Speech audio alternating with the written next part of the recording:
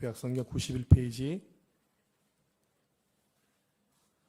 출애굽기 7장 8절 말씀부터 8절 말씀부터 25절까지 말씀을 한 절씩 교독하겠습니다. 여호와께서 모세와 아론에게 말씀하여 이르시되 바로가 너희에게 이르기를 너희는 이적을 보이라 하거든 너는 아론에게 말하기를 너희 지팡이를 들어서 바로 앞에 던지라 하라 그것이 뱀이 되리라. 모세와 아론이 바로에게 가서 여호와께서 명령하신 대로 행하여 아론이 바로와 그의 신하 앞에 지팡이를 던지니 뱀이 된지라. 바로도 현인들과 마술사들을 부르매 그 애굽 요술사들도 그들의 요술로 그와 같이 행하되 각 사람이 지팡이를 던짐에 뱀이 되었으나 아론의 지팡이가 그들의 지팡이를 삼키니라. 그러나 바로의 마음이 완악하여 그들의 말을 듣지 아니하니 여호와의 말씀과 같더라. 여호와께서 모세에게 이르시되 바로의 마음이 완강하여 백성 보내기를 거절하는도다. 아침에 너는 바로에게로 가라. 보라, 그가 물 있는 곳으로 나오리니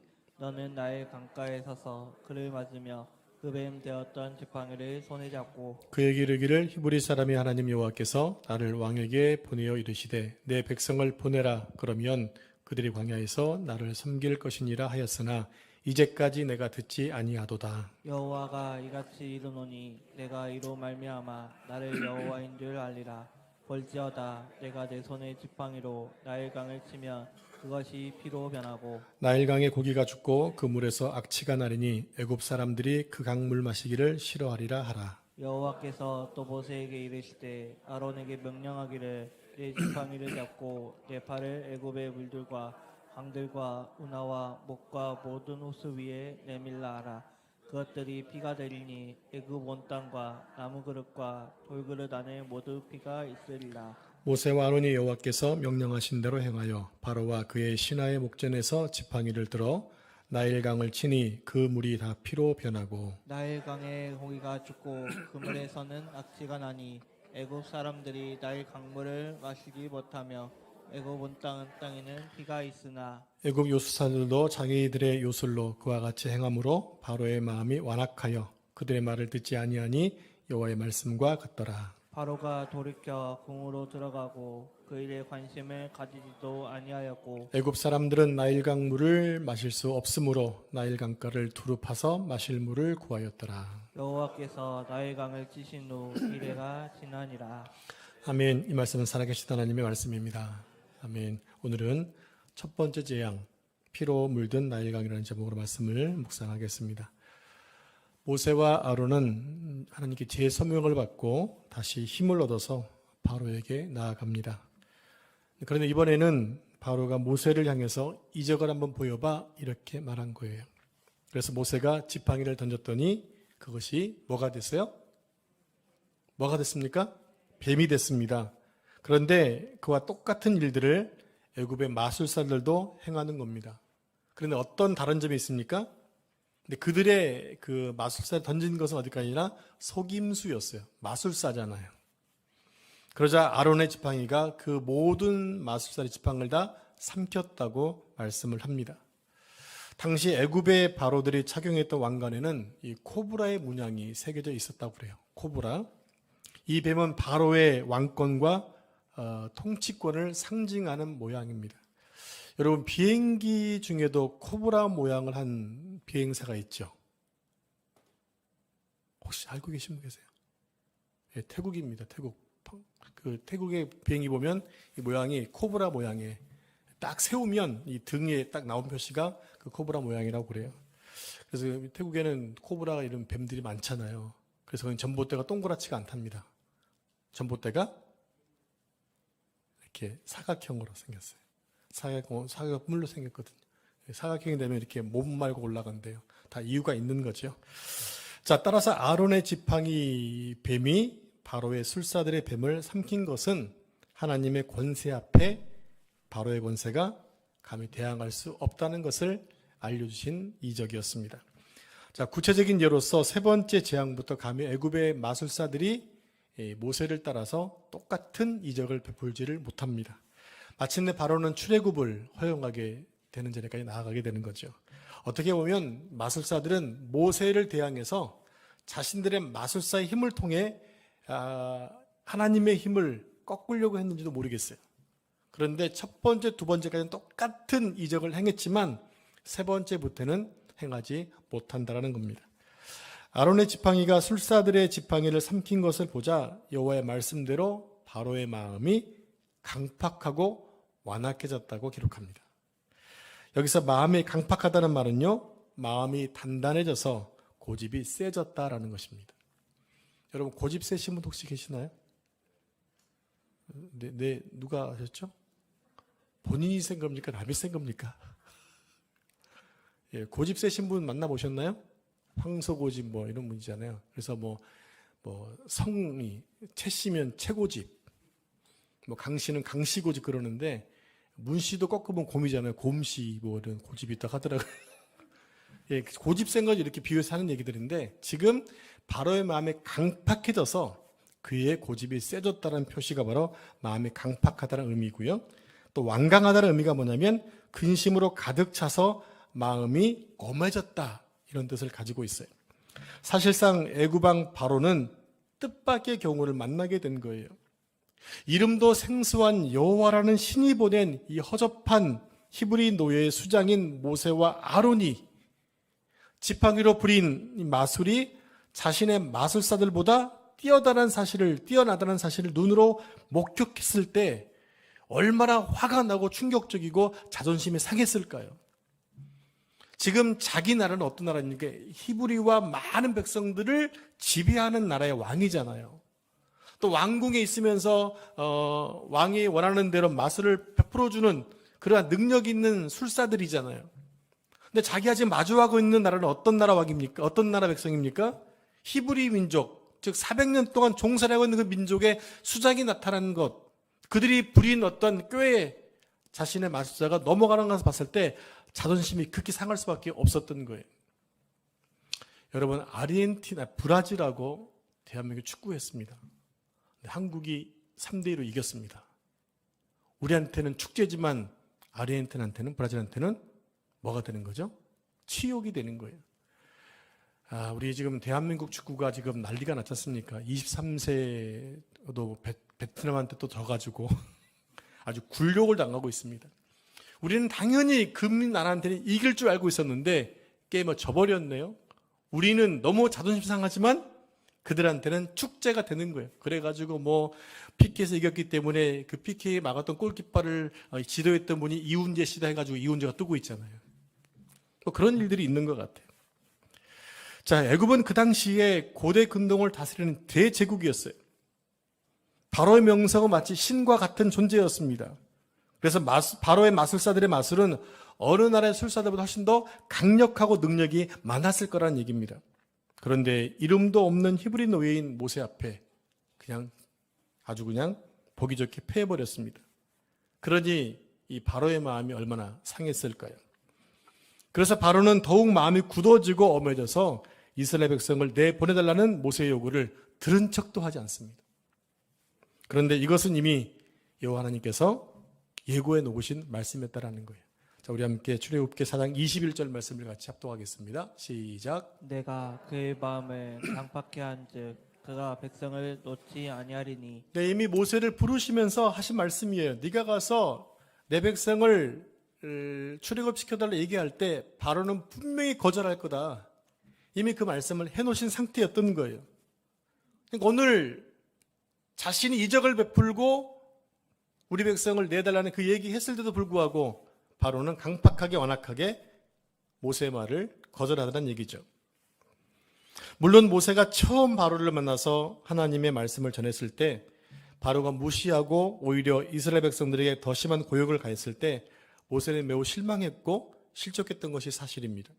그러나 이제 모세는 바로가 강팍해지는 일이 더 이상 두려워하거나 낙심하지 않았습니다.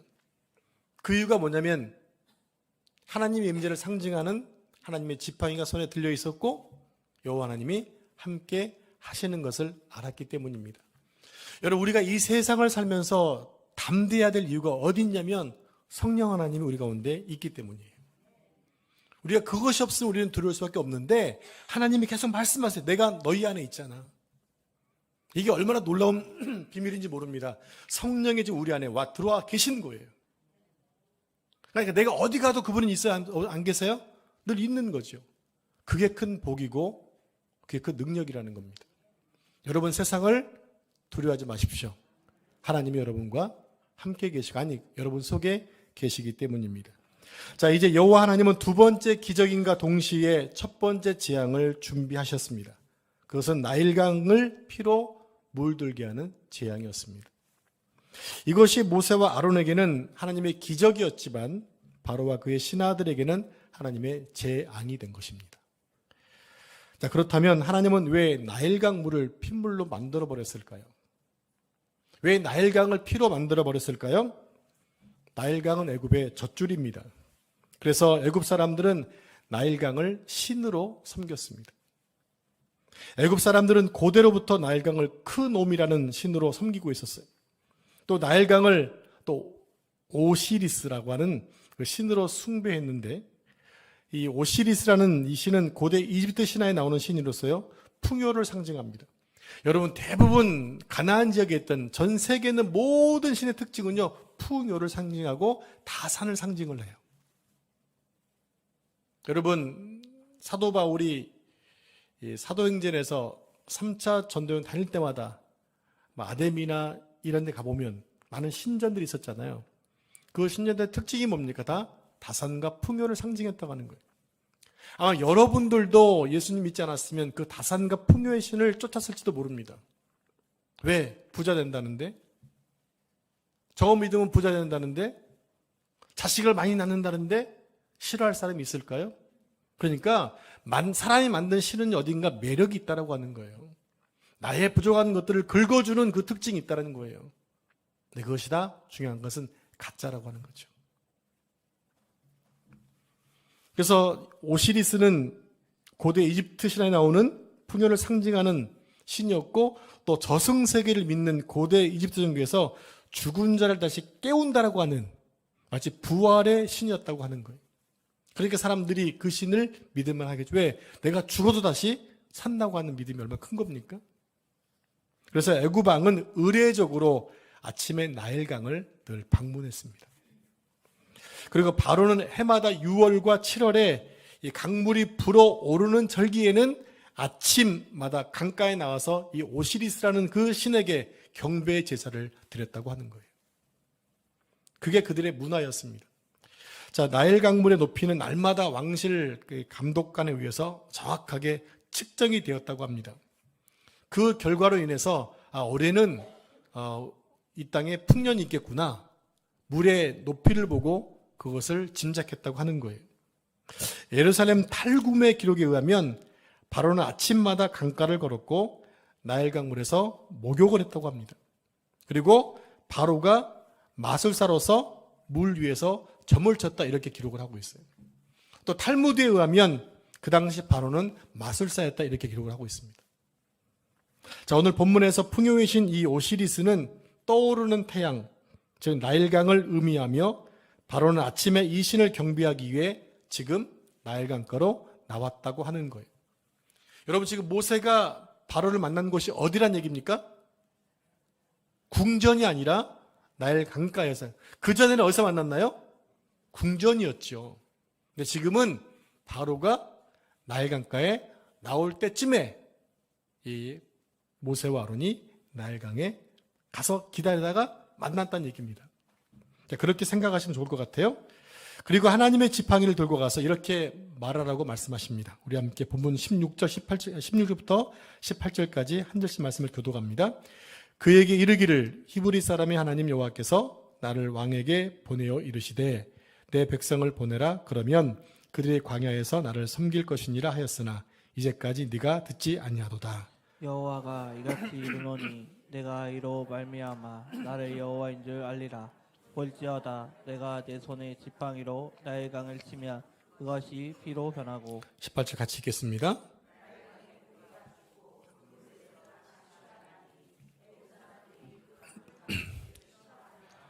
네, 그리고 19절에 보면 여호와께서 모세에게 말씀하시기를 뱀이 되었던 그 지팡이를 들어서 하수를 치고 손을 내밀라고 말씀하십니다.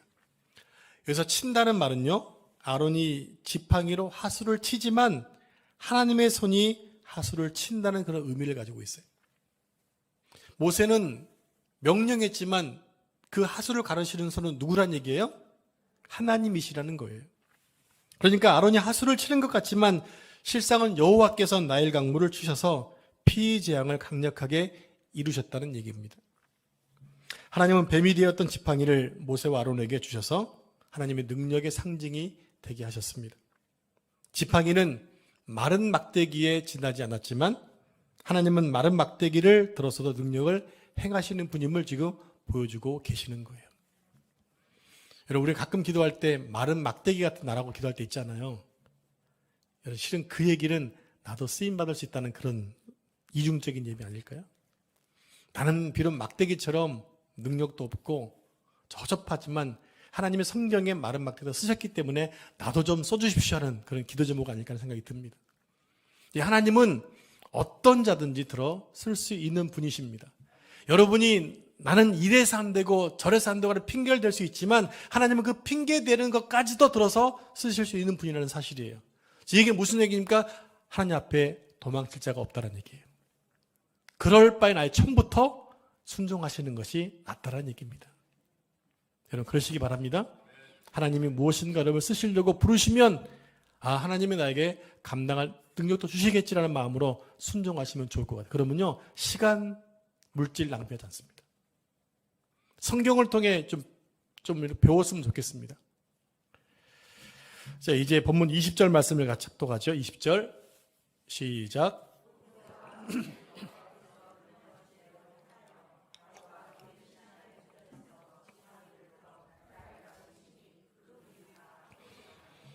네, 아론이 바로와 그의 신하가 지켜보는 가운데서 지팡이를 들어 나일강을 치니까 그 물이 피로 변했습니다.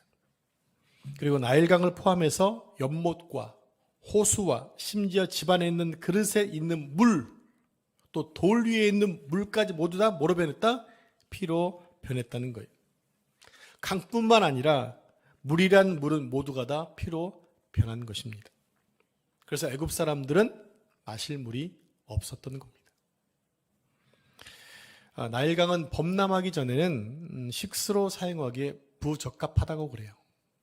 왜냐하면 강물에 진흙이 많이 섞여 있기 때문에 그것을 마실 수가 없는데, 식수로 사용할 때는 항아리에 아몬드 씨로 만든 반죽을 섞어서 그 안에 집어넣으면 물이 마치 필터처럼 깨끗하게 바뀌어진다고 합니다. 여러분, 이런 동남아시아 가보게 되면 그 처마 밑에 항아리를 담아둔 거 혹시 보신 적 있으신가요?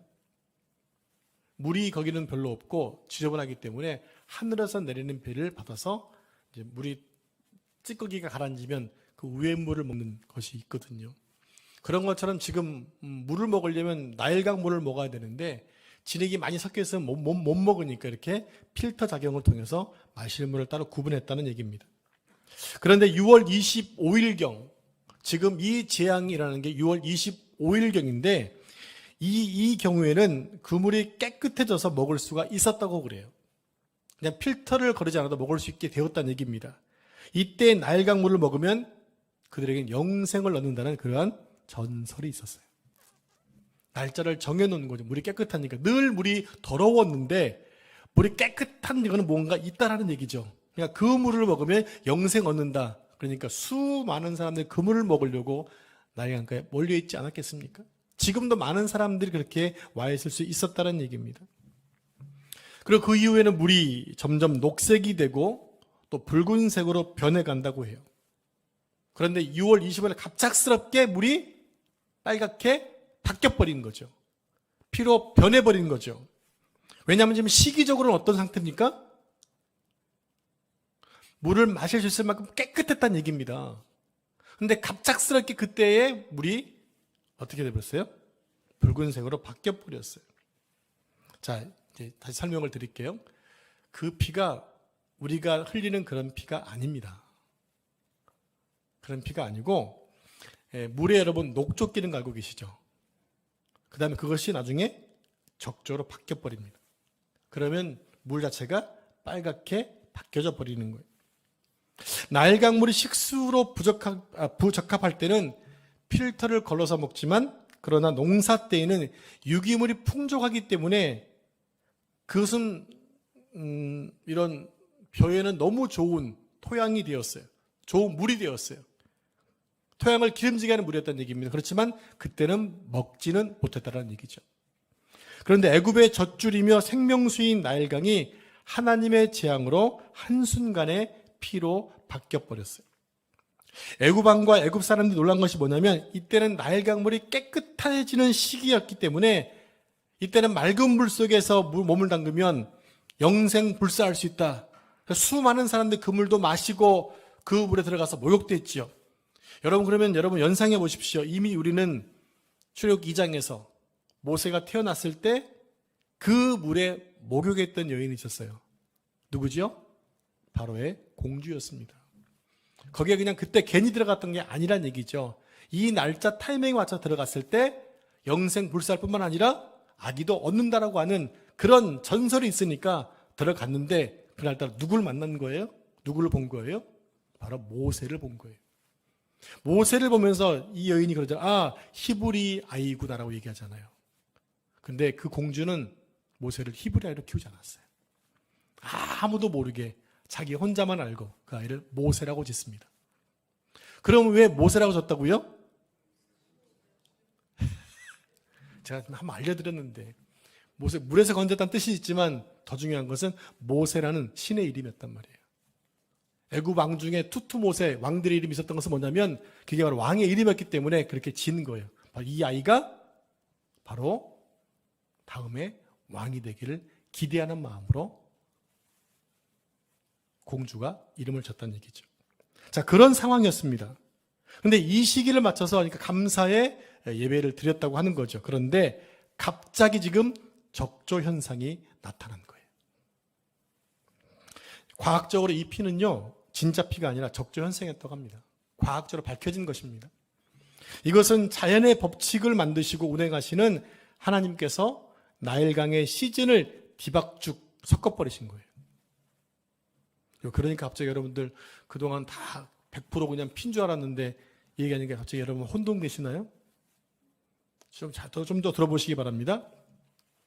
이때는 시기상 맑은 강물이어야 하는데 갑자기 적조 현상이 나타나서 붉은 물이 나일강과 호수와 심지어 집안에 있는 모든 그릇에 담긴 물까지 다 빨갛게 바뀌어버렸습니다. 그래서 물에 담겨진 것들은 매우 흉물스러웠고 구역질 나는 냄새까지 진동했다고 하는 거예요. 여러분, 제가 지금 물을 떠서 제가 물을 좀 자주 마시는 편이고 이런 강단이나 높기 때문에 더운 공기가 많아서 입이 타서 물을 자주 마시는 것 뿐이에요.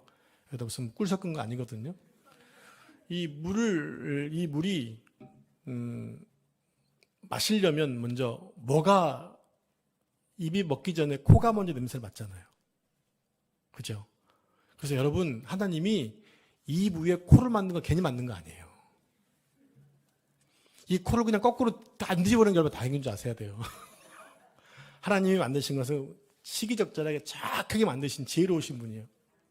그래서 물을 먹기 전에, 음식을 먹기 전에 먼저 우리 아이들이 무슨 뭐더라, 흑백 요리사?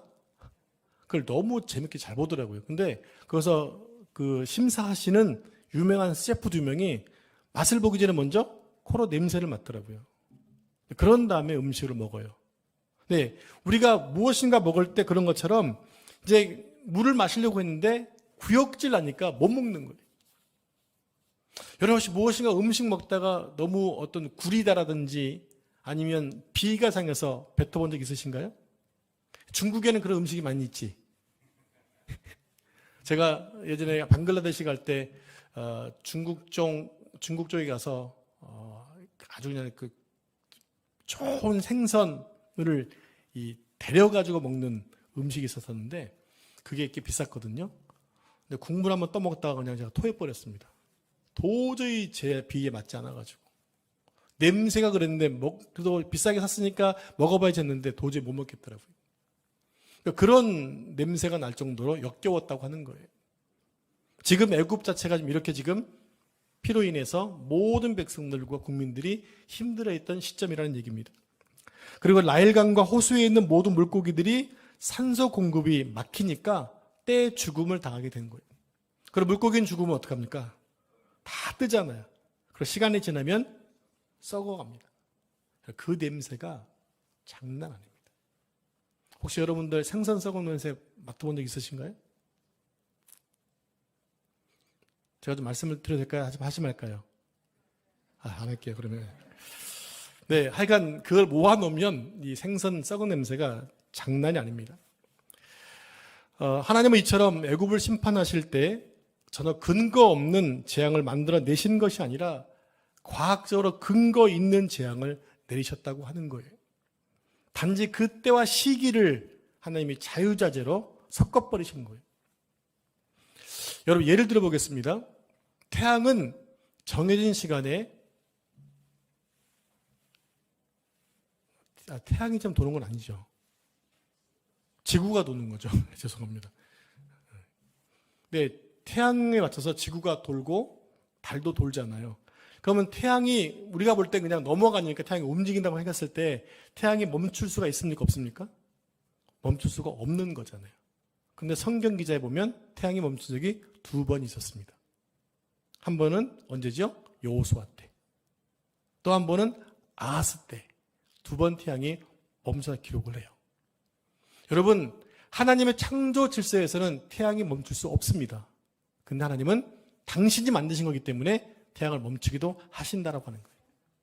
없는 걸 멈추게 하시는 게 아니라 있는 것을 멈추게 하시는 거예요. 또 달도 마찬가지예요. 달도 한번 멈췄잖아요. 그게 과학적으로 증명이 됐습니다. 천체에 뭔가 모르는 이 타이밍이 좀 차이가 있다는 얘기를 밝혀낸 거지요. 근데 성경에 가보니까 태양이 멈춘 사건이 있었던 것을 밝혀놓게 된 거죠. 자, 그런 것처럼 하나님은 태양과 달을 멈추게 하셔서 이스라엘 할례금 전쟁에서 승리하게 하셨습니다. 즉 하나님은 모든 자연의 원리와 법칙을 자유롭게 사용하신다는 것입니다. 하나님은 때를 늦추기도 하시고 당기기도 하시고 중력을 강하기도 하시고 약하기도 하시는 거예요. 여러분 우리가 지금 이렇게 앉아있는 게 뭐 때문에 앉아있는 거죠? 중력의 힘이라고 하잖아요. 근데 그 중력이 사라지는 순간 우리는 공중에서 막 붙어있는 사람 많이 있을 거예요. 중력이 없어져 버리면. 근데 우리는 모르니까 이렇게 앉아있는 것을 생각하지만 그것 하나님의 역사 속에서 다 들어있는 프로그래밍화 되어 있기 때문에 가능하다는 거예요.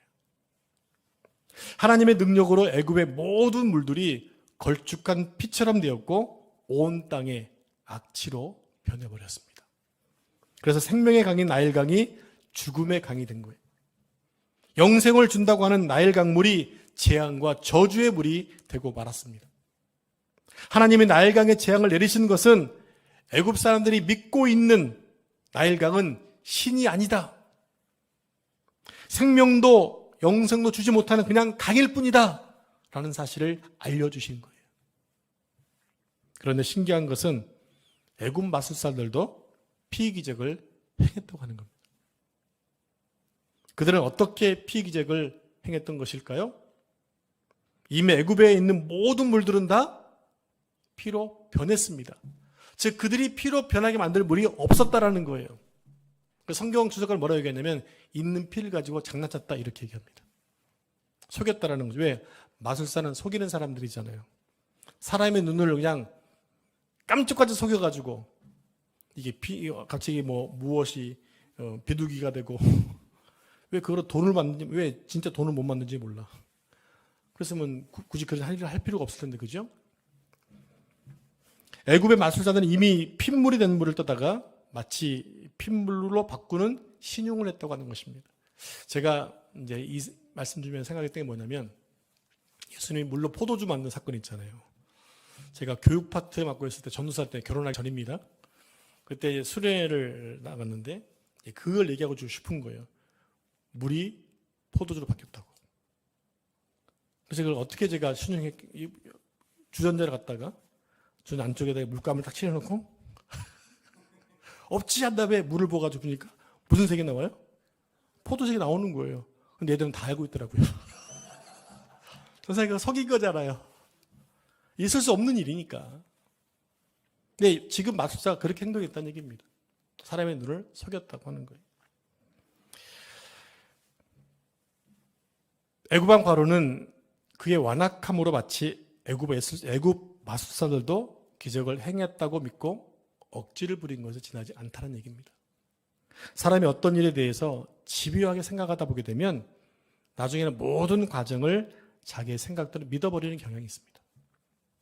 맹신하는 거죠.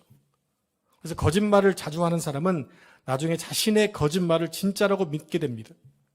그래서 자신이 거짓말한 것에 대해서 죄책감이나 양심에 가책이 없고 점점 뻔뻔스럽게 거짓말하게 되는 경우가 많이 있습니다. 여러분 보시면 거짓말을 진짜 습관을 하신 분이 있잖아요. 말을 뱉으면 다 거짓말이야. 그런 사람이 있거든요.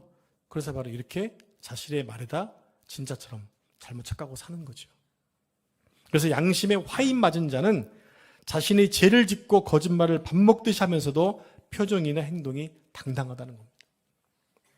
그런데 이것이 바로 마귀의 속임수라고 하는 거죠. 왜요? 마귀는 속이는 자이니까. 여러분, 그래서 성경이 말하기를 거짓말하는 자는 천국에 못 간다고 합니다. 무서운 말입니다, 여러분.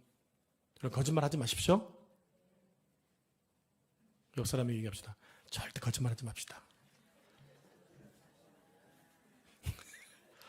자, 본문 24절 말씀 같이 합독하겠습니다. 시작. 애굽 사람들은 나의 강물을 마실 수 없으므로 나의 강가를 두루 파서 마실 물을 구하였더라. 네, 애굽 사람들은 여호와의 재앙으로 모든 물을 마실 수 없게 되자 고통하면서 마실 물을 구하러 다녀야만 했습니다. 그런데 아무 곳에서도 식수를 구할 수가 없었어요. 이미 모든 물이 다 피로 바뀌었기 때문에. 여러분, 이것을 여러분가 지금 이렇게 책으로 보기 때문에 별거 아닌 것처럼 보여지지만 이런 말 있잖아요. 아무리 급해도 바닷물은 못 먹는다는 얘기잖아요. 먹으면 더 갈증을 느끼기 때문에.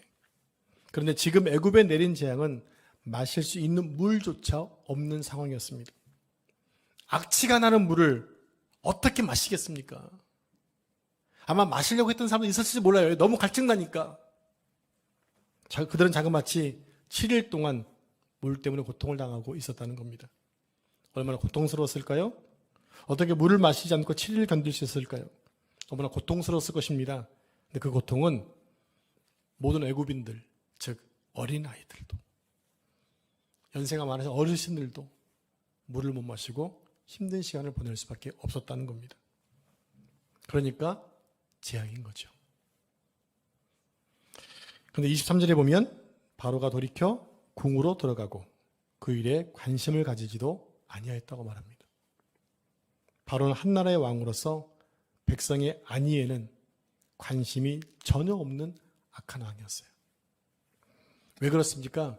강팍해졌기 때문에, 완악해졌기 때문에 백성들의 고통을 전혀 느끼지 못하고 있는 거예요.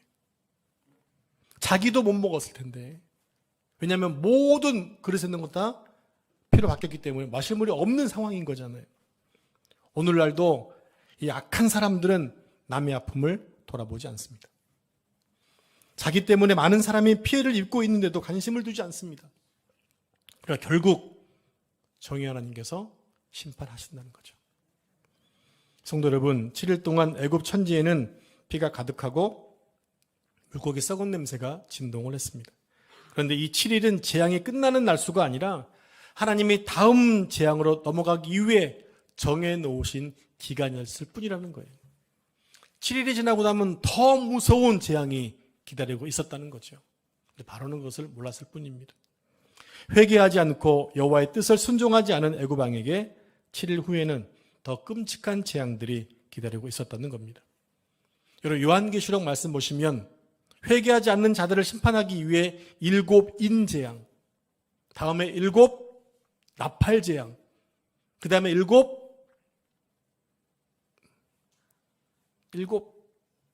대접재앙이 기다리고 있었잖아요. 점점 그 재앙들이 커져간다고 하는 거예요.